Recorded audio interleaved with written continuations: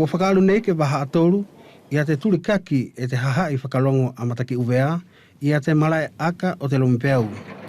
Ko te malae whuki ani e ka whai e ana e whiawhi, he whakawhiawhia a te kautupuranga whaingau I, whakatahi mo te hahai o te upalokia e toru.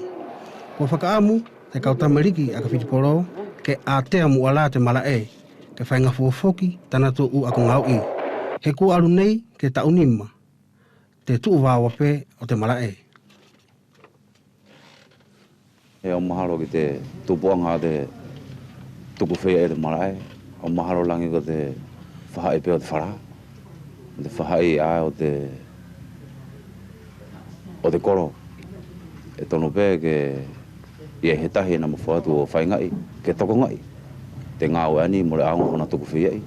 Mo ke toko ngai pe hoki whara ke toko ngā mai te koro. Pe langi mo te terituare anai ki te whaingai o te marae. O te marae ani e whakaaunga tātau pē e te hae furi.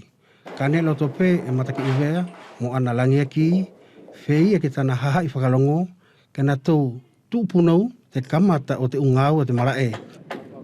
Kua na tau whakatū ke arutahe te u ako kirikiti mo te u ako aka whitiporo. Pea mo whakalongo whoki ki te u whelawe maohinga o te tau ka hau.